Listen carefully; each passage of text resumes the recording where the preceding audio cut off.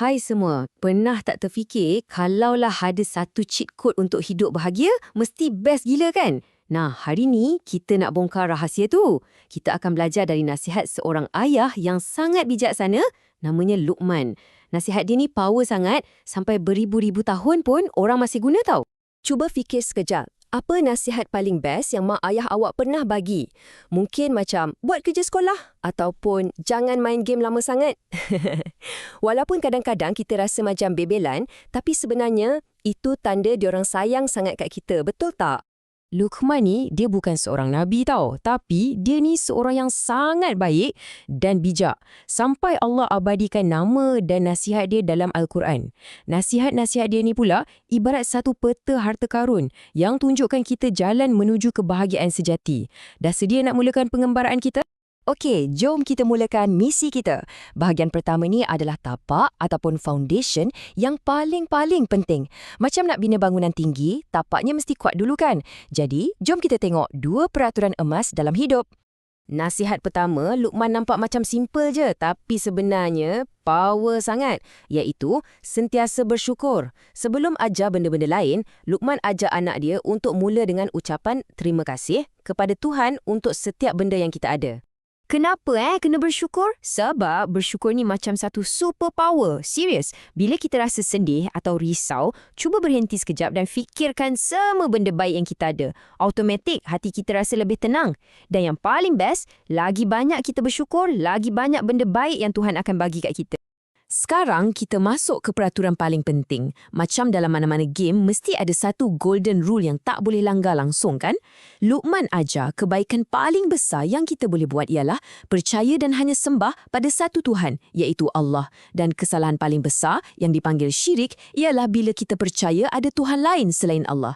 Ini peraturan nombor 1. Awak pernah nampak tak biji sawi? Kecil sangat kan? Luqman nak cakap, walaupun perbuatan baik yang kita buat tu super kecil macam biji sawi tu dan tak ada seorang pun nampak, Allah Maha melihat. Semuanya dia tahu, tak ada apa yang tersembunyi dari dia. Jangan salah faham tau. Ini bukan macam kita diperhatikan macam dalam cerita spy. Sebenarnya ini berita gembira. Maksudnya, bila awak tolong kawan senyap-senyap atau bila awak jujur pulangkan duit baki yang terlebih masa beli kat kedai, semua tu dapat markah bonus daripada Allah. Setiap kebaikan kecil tu dikira. Hebat kan? Okey, jom kita level up. Lepas kita dah kuatkan tapak kita dengan Tuhan, sekarang Luqman ajar kita pula cara nak jadi awesome dengan orang di sekeliling kita. Ia bukan sahaja tentang jadi baik hati, tapi juga jadi berani. Nasihat yang ini sangat istimewa sebab ini bukan setakat nasihat Luqman, tapi Luqman sampaikan terus perintah dari Allah tentang 2 orang yang paling penting dalam hidup kita. Siapa lagi kalau bukan mak dan ayah kita? Buat baik pada mereka adalah satu kemestian. Kenapa ya? Cuba fikirkan. Siapa yang jaga kita dari baby, hantar kita pergi sekolah, masak makanan sedap untuk kita.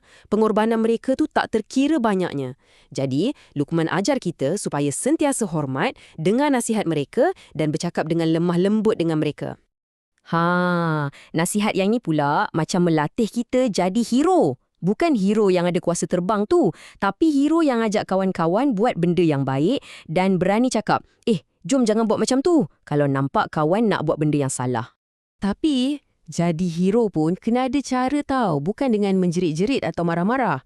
Tapi, nasihat kawan-kawan tu dengan cara yang baik dan lembut. Kita tunjukkan contoh yang baik, barulah orang lain akan rasa nak ikut. Baik, kita dah sampai ke bahagian ketiga. Ini semua tentang cara nak upgrade diri kita dari dalam.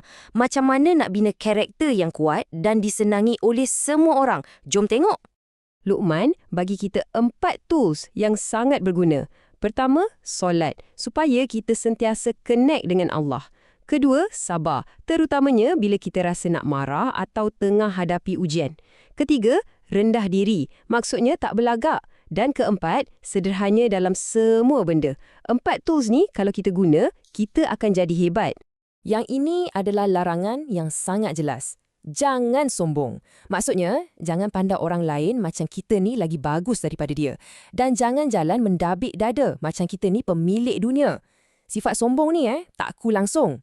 Tengok beza ni. Jelas kan? Orang yang rendah diri, dia suka dengar cakap orang lain dan baik hati. Orang yang sombong pula, dia rasa dia je yang betul. Cuba fikir, kita mesti nak jadi kawan kepada orang yang rendah diri kan? Jadi, jomlah kita jadi orang macam tu juga. Dan nasihat terakhir tentang perwatakan, jadilah orang yang chill.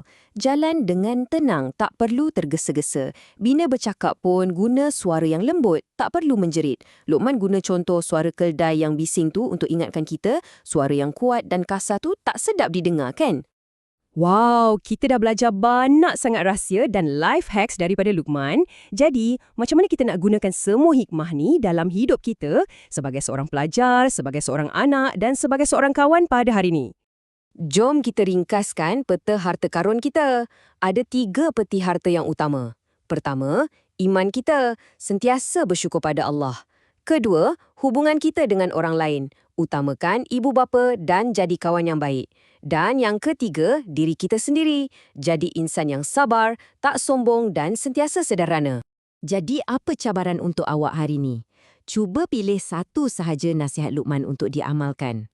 Mungkin hari ni awak nak lebih banyak cakap terima kasih pada mak ayah. Atau mungkin awak nak cuba bersabar bila adik buat bising. Pilih satu dan cuba buat.